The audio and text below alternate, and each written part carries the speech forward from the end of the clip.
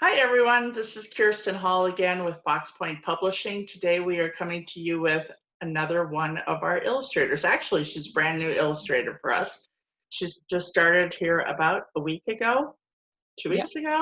Yeah, it's been not very long. Her name is Kim Hanzo, and we are going to get to know her. And as you know, if you've been watching our interviews, our conversational introduction interviews, you know that she already knows the answer because she's already picked out 5 or 6 questions for our scripted reality show we've got going on over here. Anyway, all right, so we are going to get to know Kim. Kim, do you want to say hi to everyone in YouTube world? Yeah, hello everyone, and thank you for watching. All right, off we run. The first question, when did you first start drawing, and when did you consider yourself an artist? Okay, so my family has always been real crafty, I guess you could say. My grandfather was into woodworking. My grandmother, she did a lot of sewing and knitting, and my mom has been kind of a jack of all trades. She's into crafts. So there was always paper and pencils and crayons and all that kind of stuff around for me to draw. So I guess you could say I've always been drawing. But I think the time or moment when we really realized that I had some skills, including myself, was we were camping, and we used to have a permanent campsite. So a lot of times we would pack activities to keep me busy during those, boring afternoons. Not that it was boring, but, long afternoons. So I had this fun pad, which was, a collection of different things to color and crosswords and all that kind of stuff. And there was one activity, it's kind of a grid test, I guess you could say, and I have a little sample. So it looked a lot like this. Make sure I get in the camera. But there was kind of this grid. This is almost exactly what it looked like, this grid with a pig. And the idea is that you transfer, your drawing of a pig into the other grid and try to make it look as much like the original. And so I usually skip these because they really seemed hard and boring. But this one day I was like, I'm into it. I'm going to do it.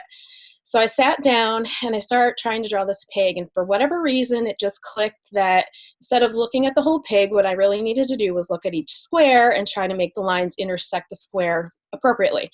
So, I'm laser focused on this grid, and I'm working through each of the squares. I get to the last one, and I kind of, pull back and I look at it, and my eyes just pop because my pig actually looked like their pig. And I showed it to my mom and grandmother, who happened to be nearby, and both of them were even like, "You did that?" And I'm like, "Yes, I did that." So I think that was the moment when we really realized there was some talent there beyond just, the typical, interest in coloring and that kind of stuff. And it kind of just, fostered from there. Very cool. All right. Well, and you probably only had all those square things left because you probably did everything else in the book. That may have been the case.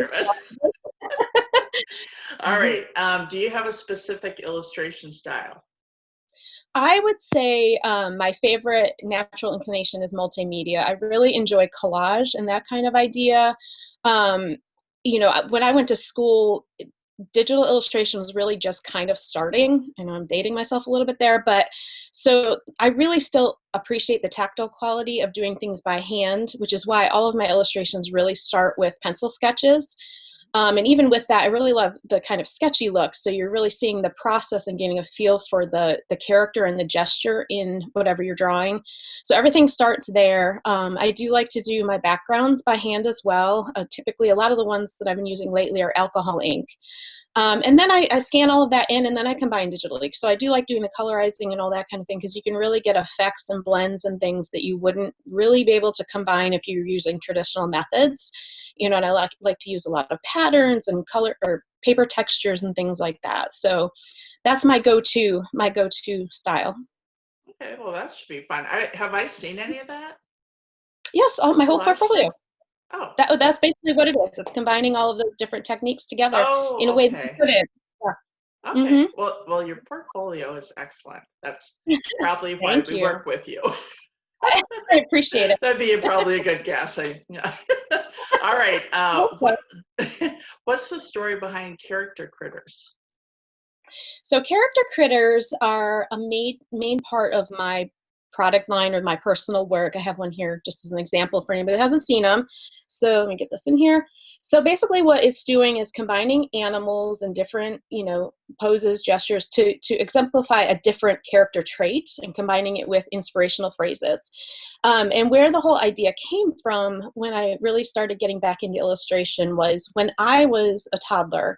I had a needlepoint, here comes the craft stuff again, that my mom had done of Noah's Ark. And you can see in my portfolio on my bio page, I actually have a drawing of Noah's Ark that I recreated that same piece in my body of work. But the whole idea was sort of like imprinting. So the idea that, these children, because I still remember that piece. And when I had my first kids, I wanted to put that piece in our nursery, and thankfully she kept it. But the whole idea is kind of imprinting. So combining these images that relate to a character trait, and then as they grow and they do learn to read, hopefully they will tie that image together with something personal, and it helps them build, positive traits and boost their, psyche and self-awareness and just good habits. Oh, they're terribly cute. Oh, Definitely. thank you. Yeah, they are definitely cute. All right, other authors or illustrators you admire, and does anyone stand out in particular? Okay, so I have to tell you, this one took a while for me to narrow down because I have so many. But I would say an author that I love is Robert Beatty, actually. My daughter loved his Serafina books. She was reading them, plowing right through them, one or two a day. And I'm sorry, one every 1 or 2 days. So I'm he like, came for wow. yeah, I know, right, she's a speed reader. Uh, so he came for a book signing nearby, and I took her to go see him. And I have to say, I didn't know a whole lot about him at the time, but since then I have read his books. I love them. But aside from his, writing success, what I really appreciated about him was his humility and the way he still is connected to how his family supported him and kind of is an influence in how he got where he is and continues to draw on that, as well as just his creative process. Like, I sat there and I was like, wow, I really want to go get coffee with this guy, because I feel like even though he's a writer and I'm an illustrator, there is still a connection there in that creative process that he just interests me. As far as early influences for me as an illustrator, I would say Robert Scarry is definitely one I love. The whole idea, he can really tell a story and portray a situation without even needing words. Same for Maurice Sendak. I love Jan Brett, of course. Her books are just so warm and fuzzy. And I really like Norman Rockwell. I'm dating myself again, but he's really before my time. But my mom used to have a book around the house that kind of showcased some of his work and taught about his life. And I just remember sitting and looking at those illustrations, and I love how he captures just these small moments and those moods. It's kind of the equivalent of a candid photo now versus a posed one.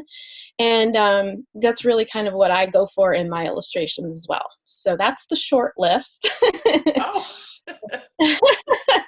Are there others? Well, I mean, I'm sure there are others, but do you want to mention any? No, well, I don't have specific names, but I have a collection of children's books that I actually don't let my kids read. Oh, okay.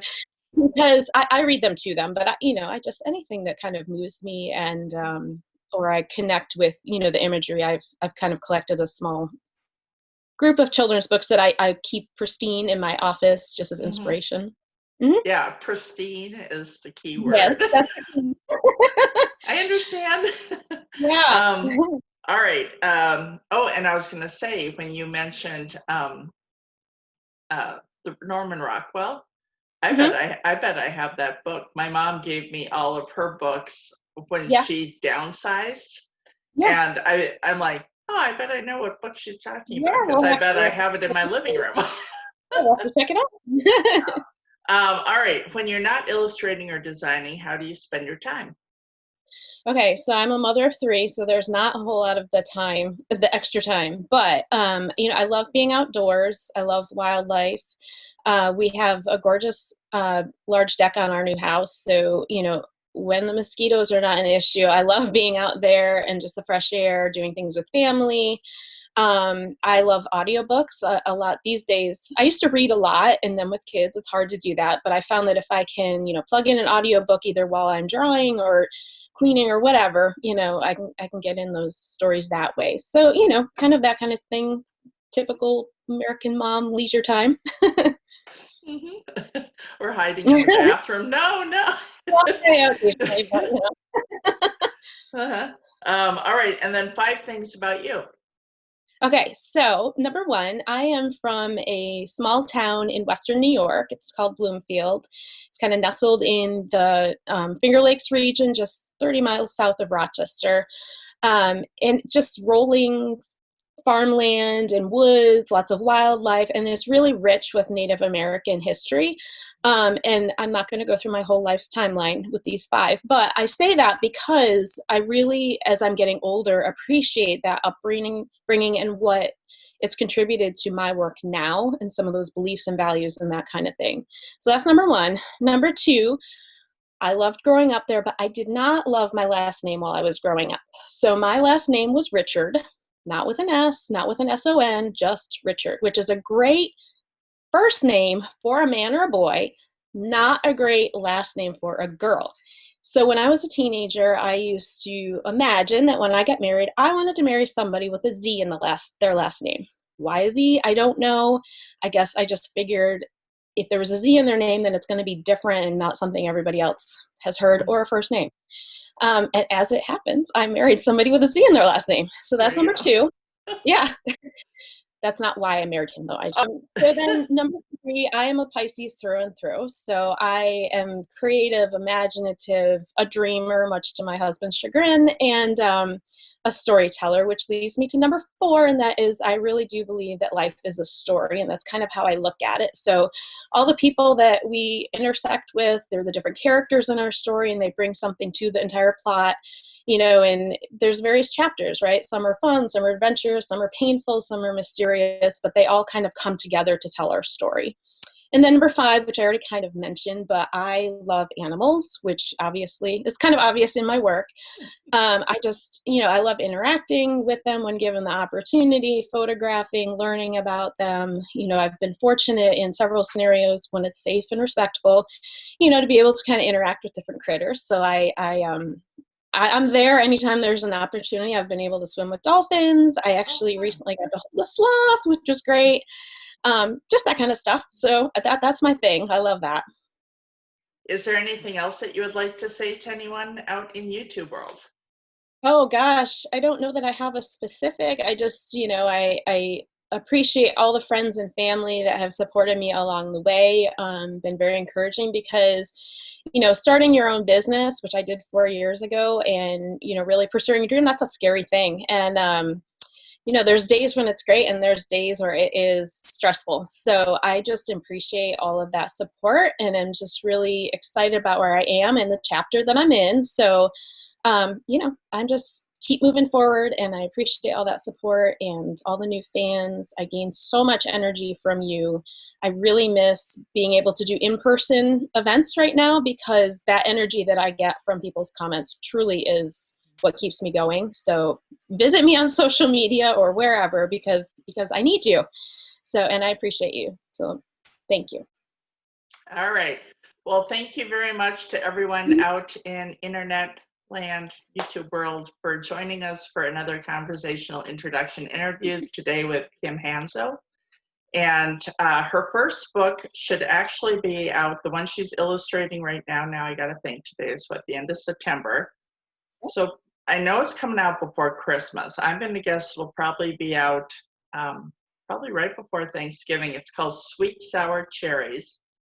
It is written by Paula Basinger-Morhart, illustrated by Kim Hanzo, designed by Becca Hudson, and published by Pointe Publishing, which you will see if you log on to any of our social medias or our website, you will see it.